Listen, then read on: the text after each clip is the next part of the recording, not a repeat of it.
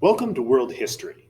When we last left our heroes, Napoleon was riding relatively high with his defeat of all of the Allied powers at the Battle of Austerlitz, but his inability to capture the British or to drive the British out of the war after the Battle of Trafalgar was one of his main problems so far. So, today we're going to be looking at the goals of something called the Continental System and why it was probably doomed to fail. And then we're going to look at the actions taken by Napoleon that led to his downfall. So first, Napoleon's Continental System. Obviously, the invasion of England isn't going to happen anymore because the French Navy is now sitting at the bottom of the Mediterranean Sea. So Napoleon came up with a better way to force England to surrender. He basically proposed a continental-wide boycott of everything British from all the countries that were allied with him or had recently been defeated by him. And so he banned everyone in Europe from buying any British goods and banned everyone in Europe from selling any goods to England. On the one hand, it seems like a really great idea. On the other hand, the amount of territory that has to be covered in order to stop this is pretty large. And there's a lot of holes where British goods might be able to sneak in, especially from a lot of powers that didn't particularly like Napoleon. Which brings us to a little power called Portugal, which is the beginning of the end for Napoleon. Portugal was continuing to import British goods, despite Napoleon having strongly warned them not to. So Napoleon decided to march his grand army into Spain in order to teach Portugal a lesson. It turns out the Spanish didn't super appreciate having a French army marching around in their territory, and so the Spanish started to resist Napoleon. Napoleon then deposed the King of Spain and put his brother on the throne, which it turned out made the Spanish even more angry. And so we started to get Spanish guerrilla fighters basically launching hit-and-run attacks against French forces, hiding in the mountains, attacking French patrols, and then sort of slipping back into the population. The problem with trying to fight these type of irregular forces is it becomes very difficult to tell people who are actually fighting against you from just your average Spanish citizens. And so Napoleon starts rounding up Spaniards and having them executed, which it turns out makes the Spanish more angry and increases Napoleon's problems. And so despite fighting all of these battles against Spanish and Portuguese forces, the Spanish and Portuguese are continuing to resist and continuing to import British goods, making Napoleon angry and making him look weak and foolish. While Napoleon's Spanish ulcer is still bleeding, the Emperor of Russia, Alexander I, decides to also defy Napoleon and start importing British goods.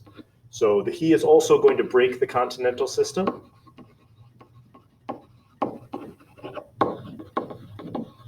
And so Napoleon raises a massive army of almost 500,000 men to march in and teach Tsar Alexander a lesson.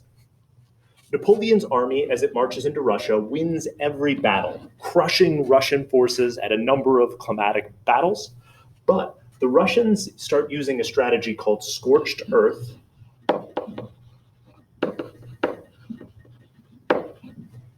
basically burning everything that Napoleon might be able to use. And so as Napoleon marches further into Russia, his supplies start running out, his men start getting hungry, and he starts realizing that he's going to run out of food and supplies if he doesn't do something here.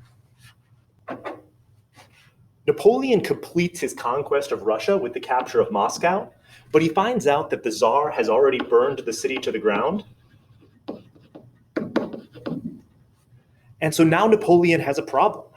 He's captured the Russian capital, but it's a burned out hulk. There's no food anywhere. Napoleon is starting to run out of supplies. His soldiers are getting tired and hungry, and winter is coming on. So because Napoleon there's nothing really else to do. I mean, you could occupy the burned out husk of Moscow, but what does it get you in the end? Napoleon decides to retreat. As Napoleon retreats out of Russia, then the Russian army attacks.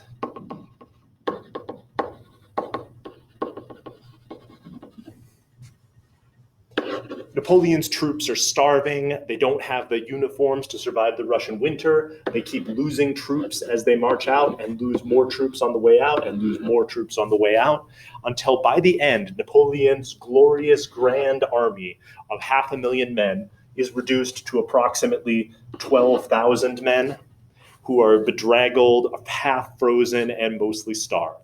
And so the invasion of Russia is an utter disaster for Napoleon, destroying his entire army.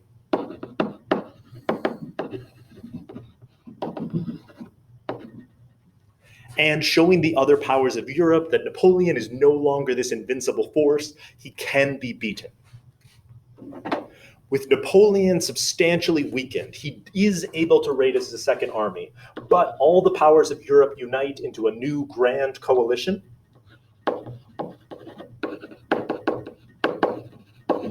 And a joint Austrian, Prussian, Russian, and British force is able to surround and defeat Napoleon at the Battle of Leipzig.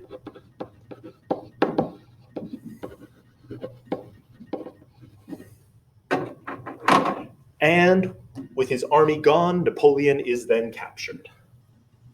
With Napoleon defeated, his enemies decide to put him into exile on the island of Elba, which is right here off the coast of Italy.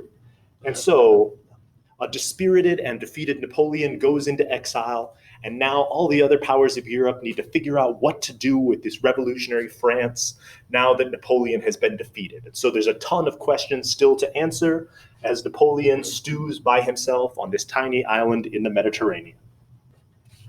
So hopefully you can identify the goals and weaknesses of the continental system, and you can explain the actions taken by Napoleon that eventually lead to his downfall and exile.